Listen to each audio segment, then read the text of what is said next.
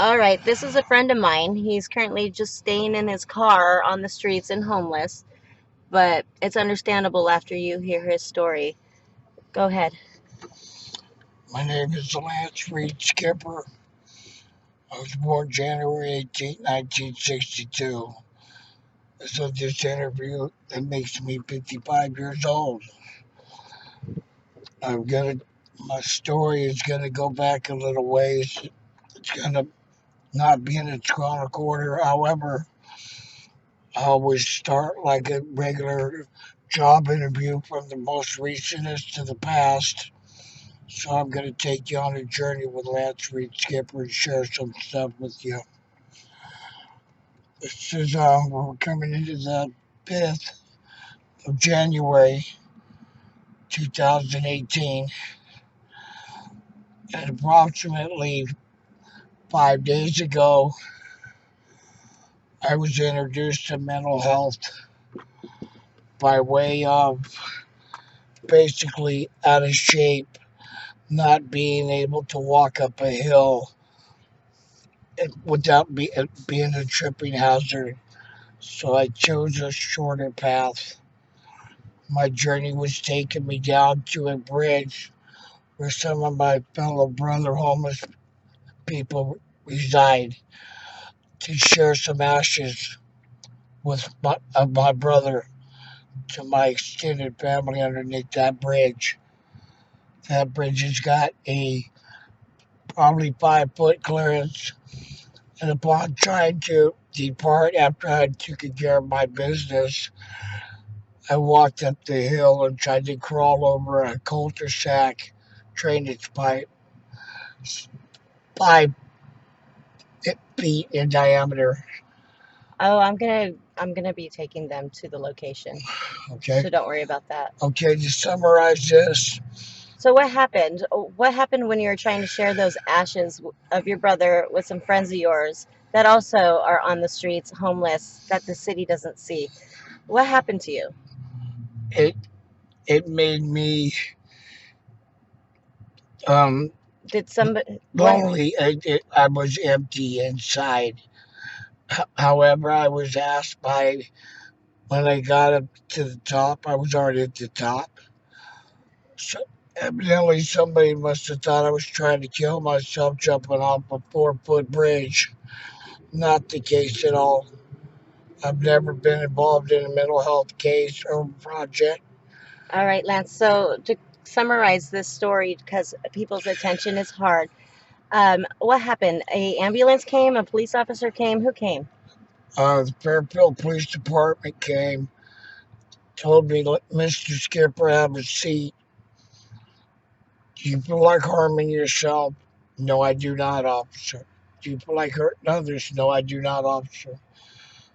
And they informed me, they being 2 female police officers, that I didn't appear to be look like I'm supposed to look according to them. And I told them, well, I was a little emotionally distressed. Because you had your brother's ashes in your hand at the time, I'm sure.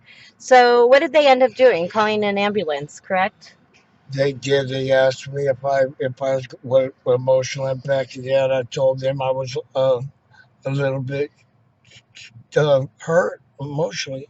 But they asked you directly if you were suicidal, and you said, I told them no, absolutely not, and were you going to hurt any others? absolutely not. And then they had the ambulance come and detain you, correct?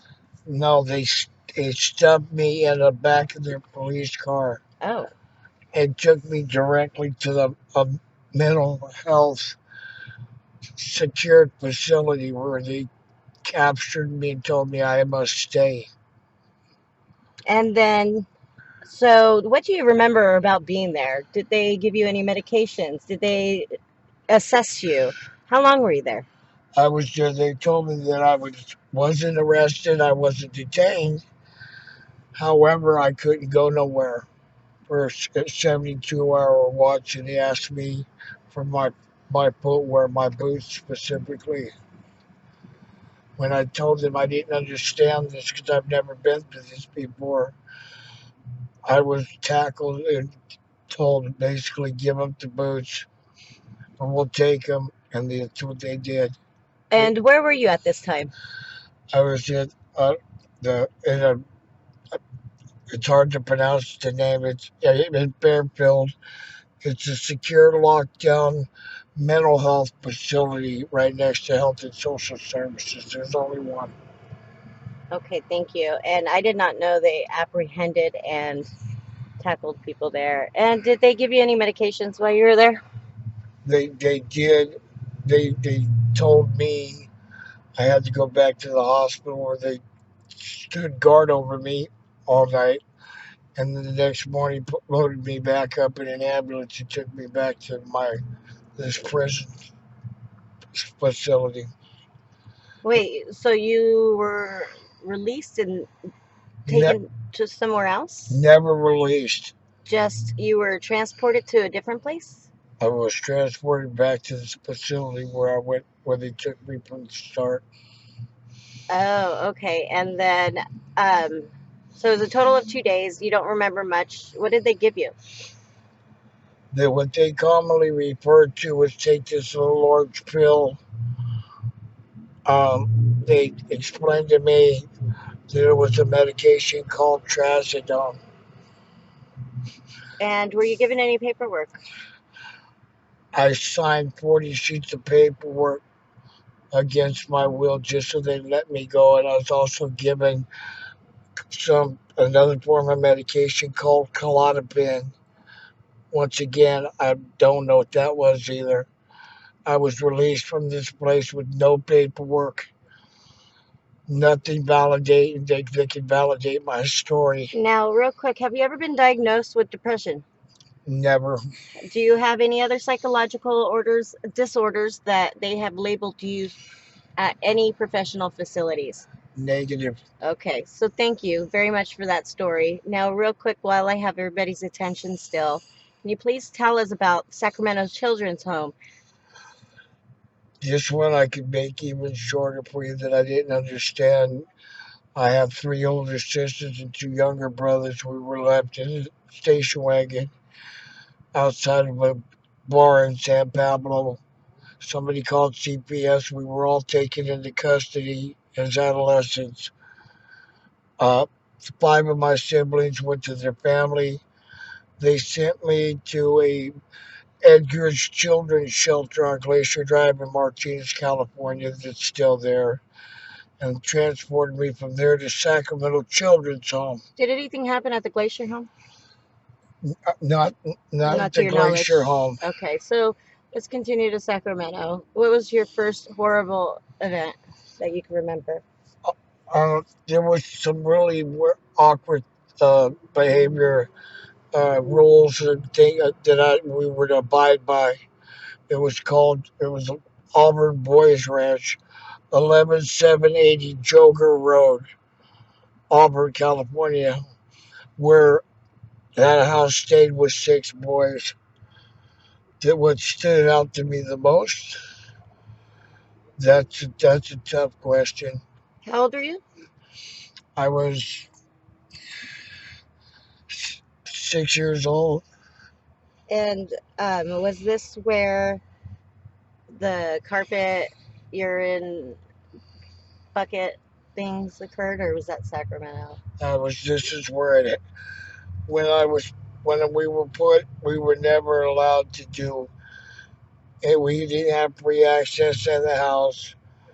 My foster dad was in fact a child molester who ended up killing himself down the line. But most importantly, what really emotionally scarred me was the fact that the little Afro American foster brother had a bedwetting problem when we were locked in our rooms at night. There was a matchbook put on the outside of our bedroom door, and we were given a gallon can. And the gallon can, the purpose, so that we could urinate and defecate in. So that the next morning, when we were released from our rooms, if they found Ray Harp, that was his name, the Afro American that had a bedwetting problem, this was a second story home, and a piece of bed was wet. We were ordered to dump our feces and our urine on top of him while he stood at the bottom of the stairs. And if we didn't, we were guaranteed to be physically abused. Physically abuse turned into emotional abuse. Did they Sex. actually say they would hit you, or did you just know it? I actually witnessed it happen. Okay, so it was implied. Gotcha. So we went on to each of us were given a specific night that we had to sit and massage this pervert's feet. If we didn't do that, we were getting beat. Jesus. And the bottom line being that turned into uh, taking us individually into the bathroom. We're at the tender age of 6 years old. I was introduced to oral copulation where I had to suck this man's penis or get beat. Jesus Christ. Thank you for telling that story. Because they don't believe us yet. They don't believe that it's happening. So I'm so sorry. Just know that we're trying our best to fix it, okay? Yeah, I believe most of these gentlemen are scarred. And if they was to take us each and every right to this day into separate rooms, we'll all have the very same story. I'm sure. Jesus Christ. And that was right here in California, not that long ago. No- Every time that social worker drove up to the home, all she seen was pictures of us camping at the lake. And when we tried to tell her what was happening to us, that became we were talking about imaginary friends. Jesus. So did anybody ever try to run away? I did a couple of times. And then what happened? I was when they caught me, they put me back in juvenile hall, and then they would surrender me back To the same home? to the same home. Jesus Christ. All right. Thank you. Again, that should be enough. Hey, thank you. Welcome. Thank you. And if anybody wonders why they're out in the streets, don't look at them again. Look at yourselves. Gawk out.